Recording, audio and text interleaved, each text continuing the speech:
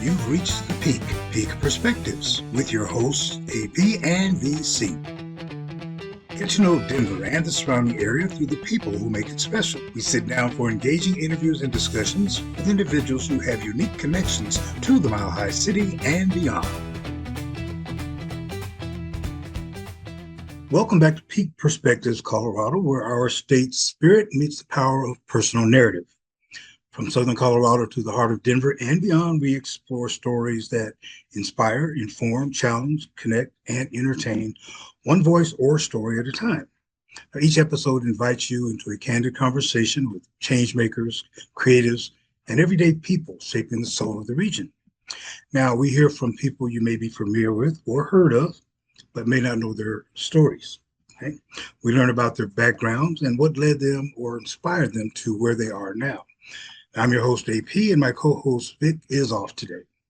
Now, I was talking with a friend of mine a little bit earlier, and he called today's guest a shero. And when you hear her story and learn about her journey, I believe you'll understand why. So let's welcome Ms. Rosalind B. Harris. Hello, how are you? I'm Thanks doing, for inviting me on. I'm doing great. Thank you for coming on. We appreciate it.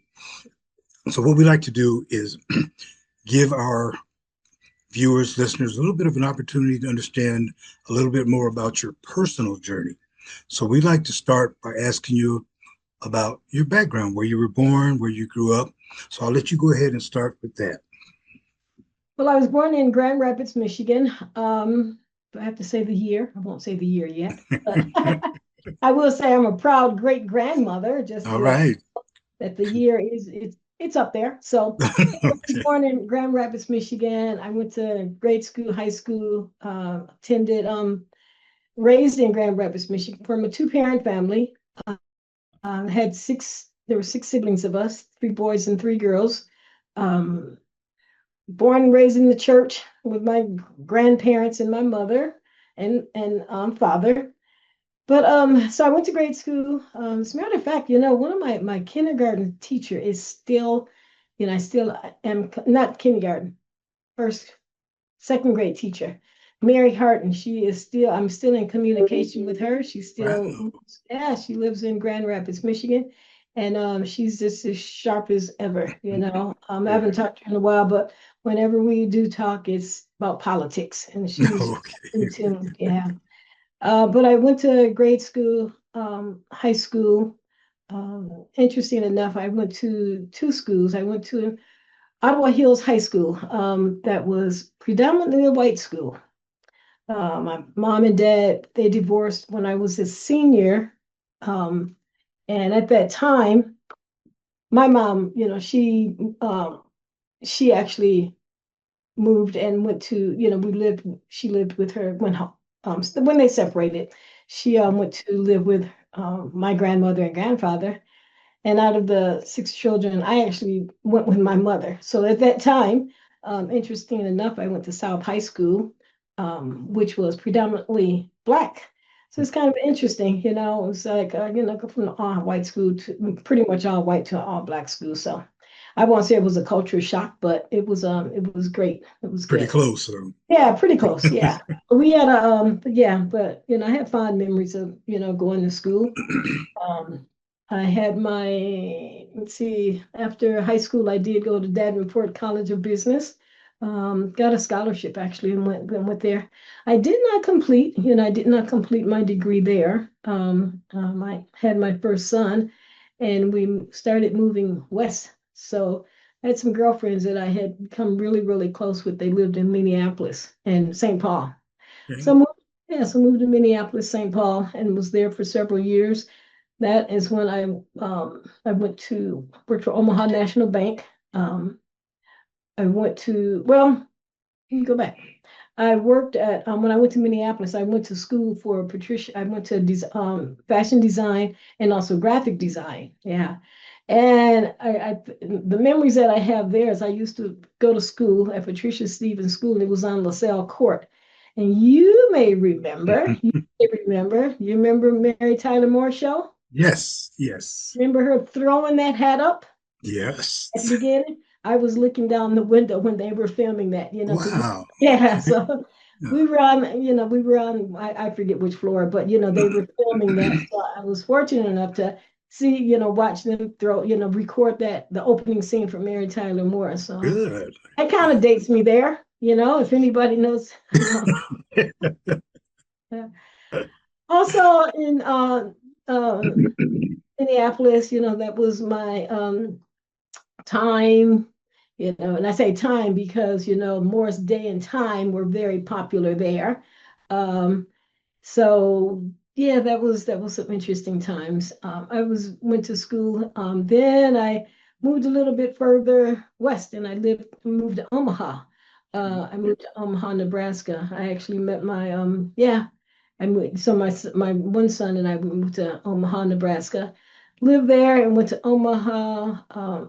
Um, Went to college there, UNO. I went in Lincoln. I went to Lincoln, and then that's when I started my entrepreneurship. I worked with a very, very, very good friend. Her name is Beth Cathcart, and she lives in Lynn Grove, Iowa, which is a little, little suburb. Well, what is it? Another city close to Omaha, not far away. So we started our business. We started Salt and Pepper Art Studios because we worked at Omaha National Bank together. And she, they tease us. We'd walk through the hallway and they'd call me Salt and call her Pepper. So we've been friends we've been friends um, since my oldest son was about 3. So that's been, I still am not putting a number out there yet, but it doesn't matter. So we've been friends for about 50 years, actually. And still very good friends. Whenever I want to go to get a break, she'll come and say, "Come on out, and we'll sit and watch the grass grow." But but she's had a cattle farm, and raises beef, and she's still actively. That's a farm that she grew up on. When I go there and I stay in the room, she said, "Yeah, this is where I grew up on," and it's like it's kind of so great to reminisce and look at her life actually growing up on the farm. So then moved a little further. I was kept going west, and I landed in Denver, Colorado. Um, Moved there in 1980. And during that time between then and 7 years later, I had honed my skills as a graphic designer. And so I was doing a lot of freelance work, logo designs, menus, whatever needed to be done. Mhm. One person may know, and I'll just throw it out there, but Fatty Taylor, Fatty Taylor was. Yeah. Oh, yeah. Yeah, I used to do a lot of his design work, for all of his mini clubs that he had. Everyone Mhm. knows he had lots of clubs. So I did a lot of design work for him. And then, my name just got out as a graphic designer. In 1986, or yeah, I guess 86, I was approached by Robert Steele. He wanted to start a publication. And of course, I told him, I said, well, go on and finish up, do the business plan and come back and see me. And I didn't hear from him again.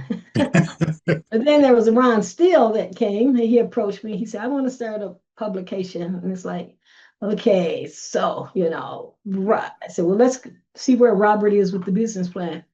And Robert was actually working with mainstream computers. And I called him. I said, Robert, how's the business plan coming along?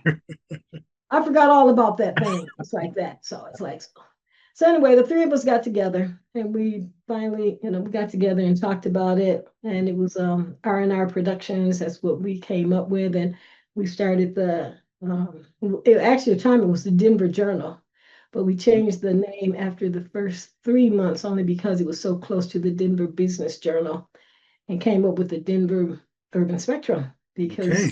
that's what it was. So that's how we came up with the Denver Urban Spectrum. And it was focused on the communities of color, Okay. Native American, Latino, African American.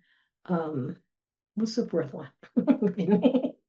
Well, that was timely because Yeah. we were so much overlooked. You Hmm. could read Yeah. about everybody else and what they were doing and all of their comings and Right. goings, but Right. it was hard Yeah. to find out what we were up to. So Right. your timing was good. Yeah, and it was and, good. and needed. Yeah, so we started that in 1987.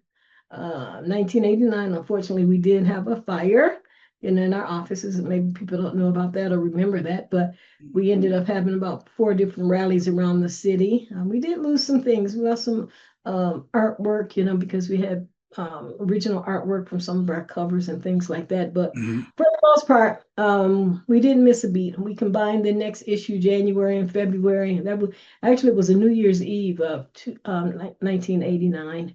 And then, but January and February, we combined the issue and, I haven't stopped since then. Kept right Uh, on going. yeah, it kept going. Yeah. I mean, I guess I can say that's why it was so much needed. And if you look at the very first publication now, of course, it's changed so much. Even when we were putting the publication together, it seems like it's so long time ago. We used to cut out galleys and paste them up and put them on these big sheets, believe it or not. And that hasn't been that long ago. And Yeah. now everything's digital, you just do it on the computer. So Mhm. the time has changed and it's going so rapidly now, with the internet and AI and social media and fake news. And, it's challenging times right now, actually. Yeah. So So over now, those years, from since then, it's just been going on. We've been interviewing anybody and everybody that usually comes into Denver. Been honored to meet with Oprah. Been honored to meet with, I don't know if you remember Phil Donahue from before. yes, Mike Tyson, the Obamas, yes, yeah. So yeah. it's been good. That's sounds like it's been blessed Yeah. discovery there. Good. So now, in about 2001, I believe, was the Youth Foundation. Yeah. Tell us a little about that. Well, you know what? The Youth Foundation, that's really close to my heart because Kia Milan, she just got an Emmy. She works for Netflix and she just got an Emmy. She earmarked the Youth Foundation. She must have been about 13, maybe 13, maybe 13 or 14. I'll never forget her coming to my home with a little floppy disk with some stories on it, and so wanting to get her story published. So we started the Youth Foundation, and from 2000, um, well, I think it might have been 1999. I think it was 1999 to about 2001 and 2 because her sister, and her brother Shane Franklin, they all went through the program. So we had it for that was the year, it was like the year of the um I think it was the year of violence, or what was it? The when Wellington Well, Like when all the this shootings were Summer going. of Violence or something like Summer of violence, yeah. that. I So remember that. yeah, so and yeah, and speaking of that, we did a story on Broderick Bell when he got shot. But so the summer journalism program, they were there for like 7 weeks. They would learn writing, editing, photography, sales and marketing, the business and graphic design. We'd get the cameras and just let them go, and we were in the 5 points at the time. They'd come back and they'd take pictures and they'd lay out the publications. As a matter of fact, they got awards from that. It Good. wasn't just the publication. We also had we had people come in and talk to them about social issues. Imani Latif, Imani Latif, it's called It Takes a Village. Hmm. Um, she would come in and I mean, we got it so that we would teach them life skills, really life skills. Imani Latif would talk about sexuality. And every year they say, "Is the lady coming back with the condoms?" So you got great memories, but so many of them, they were 13, 14 years old, so their little hormones were raging, so we Right. had to so we had to look at certain things in this way and all the different personalities, but several of them have gone on to with careers from journalism. I mean, they attribute that to them, like Kia Milan. I mean, actually this month we've got a little press release about her, and she always attributes her start at the Urban Spectrum Youth Foundation. We've got Julius Vaughn. I mean, he's a PR specialist. And then I'm not sure where he is now, but I know he was with Aurora Schools for a long time. There was another one, Cecily Parent. She's a photographer. She's got her own business. So they all kind of like, certain areas, so it wasn't Yeah. just putting the publication together. Then, and I forgot her name, beautiful young lady. I think she was going with the National Soccer Association. I think she was a publicist there. Yeah, So yeah. that's been a very successful program for you. It was. And, and right now we're actually, hopefully looking at getting that started again. It may be it'll be a little bit different only because of the digital age. We're still printing, but Right. now there's so much more to do, online, electronically, and they're great at doing that. I mean, they know more than I know, I'm sure. Right. So Social media. now, Mhm, now over the years, I guess you've organized a number of outreach events, in mhm, response to the needs of the people. mhm. Um, they include Spectrum of Hope.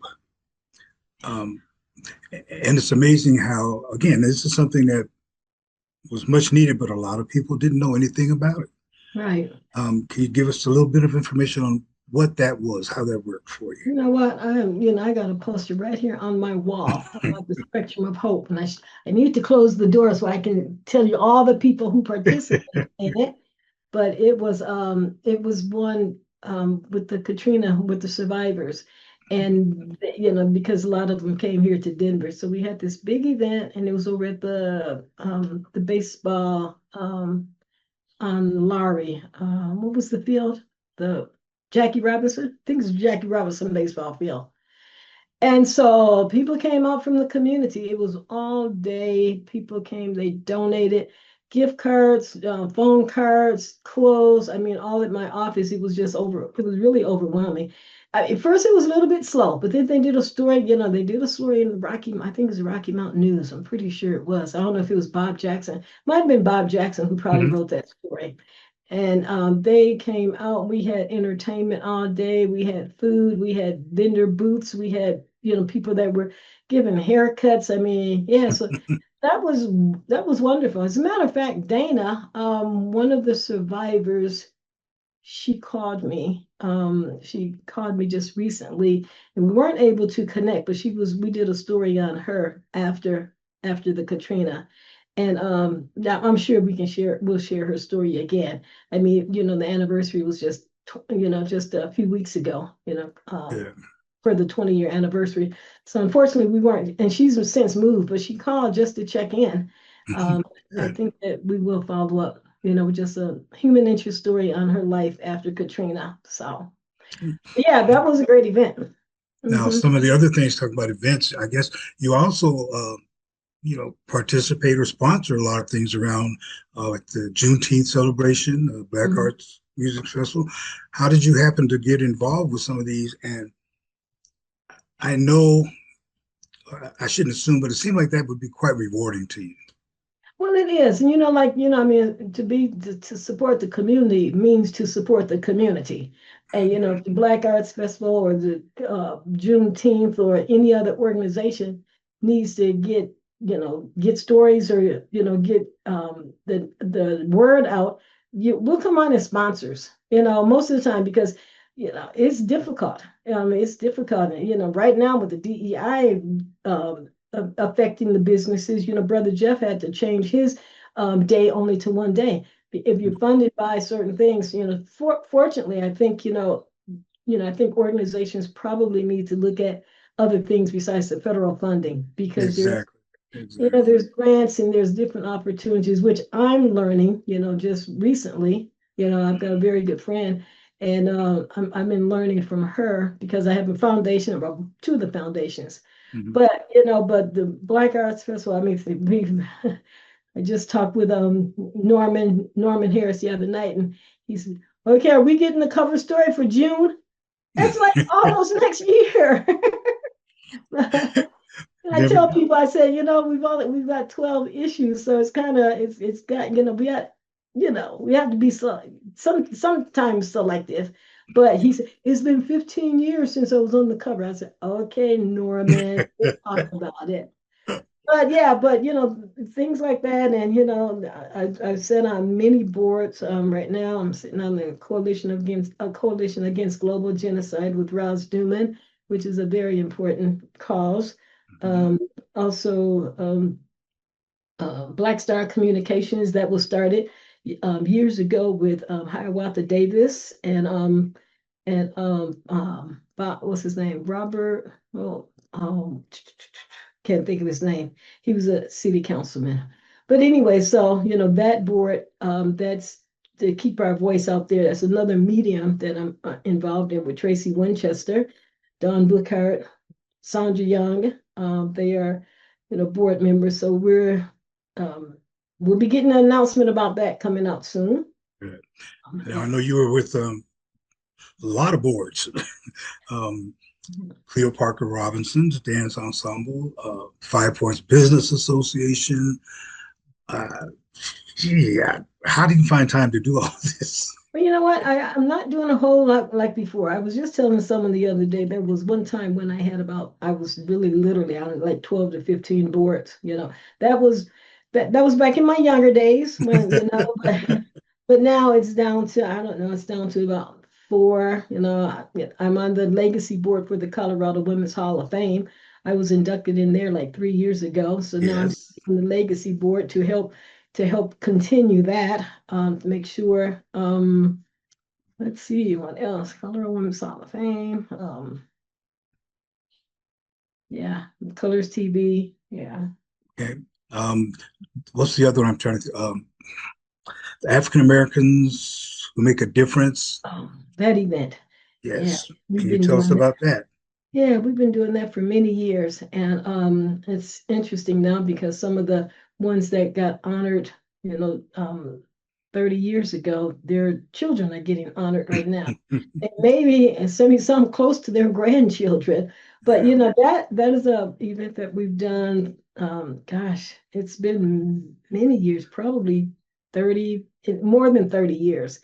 And what we do is we solicit people from the community to honor, to nominate people, who have been doing some things over the years. So in November, in our November issue, we'll be soliciting that again for Black History Month. That comes up every year in Black History Month. So we've Okay, so and be looking for that. several of them have been got the award, two or three, at least a couple times, maybe two.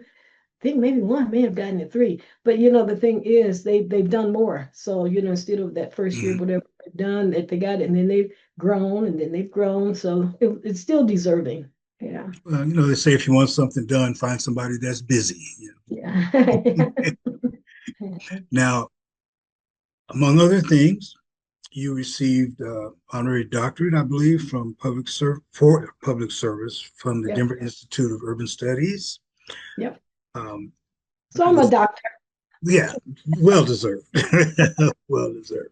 Mm. Um, Now, there's something else I wanted to ask you about the story of Ruth.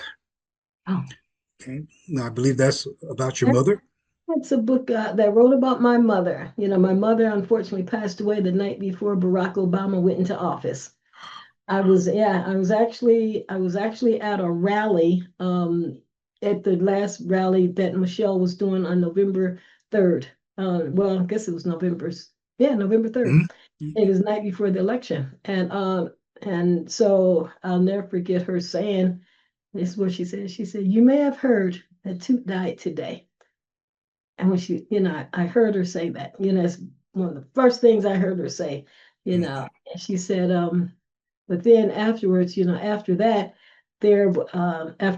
we were there maybe about 45 minutes. I was there with a very good friend of mine, Misty Oss, and I got about text messages, emails, and phone calls. All these was missed on my phone within like 45 minutes. All right.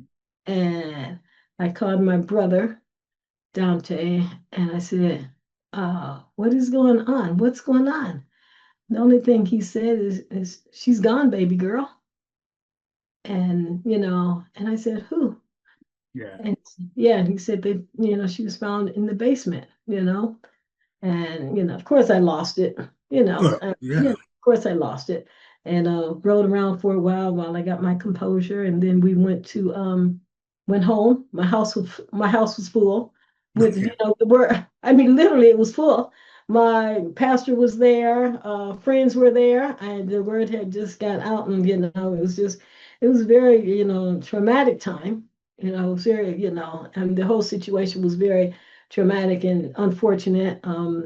Because she was 80 years old and she was killed in her home. Wow. Yeah, she was killed in her home. And then years later, I had to go through the trial. Go through the trial, and unfortunately, the person who was charged, wasn't found guilty. So, but so the writing the book was my way of paying homage to my mother, and making me remember her memory. There was three things that I wanted to do, in her honor. And that was one. To start the Ruth Boyd Elder Abuse Foundation is the other one, which is the website. And then eventually my Airbnb or bed and breakfast will be there called Big Mom's Place. So, two out of three is not bad so far. Yeah, there you Two go. out of There three. you go. But, we just recently had a luncheon that was, the colorful stories. Um, and I don't know if were familiar with that, but we did a colorful stories in 2018. That was we did stories about women who have gone through trials and tribulations. My mother was one of the honorees. Of course, she wasn't there, but we Right. did videos and her story was told. The other ones that we had were Carlotta Lanier. We had Marie Faison with her son, who we just talked about, Broderick Bell. Yeah. Rhonda Fields, because of what of her son Javon being killed, and also Rhonda Jackson. She was, so hers was under health disparities, and she just recently died this February, right before our luncheon. But that was in 2018. So we planned the luncheon again for 2020, but of course COVID shut it down. It shut down for a couple of years. So, we had already had the honorees for this year. So we still planned the luncheon, and those honorees were Alicia Cook. These were beyond whatever. Okay. Hers, hers was beyond sexual abuse, and that's Alicia Cook. She's the director for Big Boys, Big Brothers, Big Sisters. Okay. The other one was beyond domestic violence, and that was Rose Andam. She's a wonderful businesswoman. She opened up the Rose Andam Domestic Violence Center for Women. The other one was Beyond Addiction. That was Stephanie Cook. She was addicted to drugs, and right now she's a counselor. I think I'm not sure. She may have her PhD, but she has, overcame those challenges. And the other one was Beyond, let me see, I can't forget. Uh, Four of them. I can't remember. So we had Rose. Oh, the other one was we had Rose. Oh, it was Senator Janet Buckner. Hers was Beyond Grief. Her, Okay. yeah, Beyond Grief, because how she came into the world of politics after her husband had passed away. So that's a story that we really enjoyed. I mean, it gets pretty emotional because they do tell Mhm. their stories. There's a couple of people that could not hear what was going on. I got to get out of this room. So, Yeah. Yeah. yeah. But those are stories that we don't normally hear about, and some of them people don't know. And so, we're looking at that as being one of our signature events because, even after the luncheon, I mean, several people want to say, well, what about a story on this? What about a story about this? So it's like, yeah. I mean, there's so many, but Oh yeah. Oh yeah, yeah. there's so many. So that's what we'll be looking at doing that again. Well, Um, keep me posted on that, and we'll certainly get that out as well. okay. Mhm. Okay. Well, again, I really want to thank you for coming on, B, and just kind of close it out with family. You mentioned grandson and great grandmother. I I got two sons. My oldest son is Lawrence, and he's been working with the Spectrum all these years. My Oh, other son, Donald, he's got the Colorado Creole Cafe. He's a chef. He's got a Colorado Creole Cafe. It's in Inglewood, right off okay. of Arapahoe. I have two grandsons, so that's my two sons. I got two grandsons. Um, my oldest grandson, he's doing insurance. He's in the insurance business. My youngest, Tyrell, I better say his name. And then Dylan, my youngest grandson, I know he's coaching coaching practice. He was a football player in high school, so now I think he's doing some coaching. And my grandson Tyrell, he has blessed me with a beautiful granddaughter and grandson. My beautiful granddaughter, Desiree, I call her my princess, Princess. She's 5 years old. She goes to dance class. She goes to swimming class. She goes to taekwondo. She goes to acting class, and she says she can sing. She can say, I can sing too. So, and then she's got a little brother that's about 6 months old. So, Oh, yeah. okay. So Well, she goes to congratulations. she does go to Cleo Parker, Robinson dance. She's learning Good, hip hop now and ballet, but good. yeah. That sounds like a beautiful family, a blessed life. Hmm. And thank you one more time for coming on and joining us. We certainly appreciate it. Thank you. And I want you to do me a favor and have a great day. Thank you. All All right. right. Bye.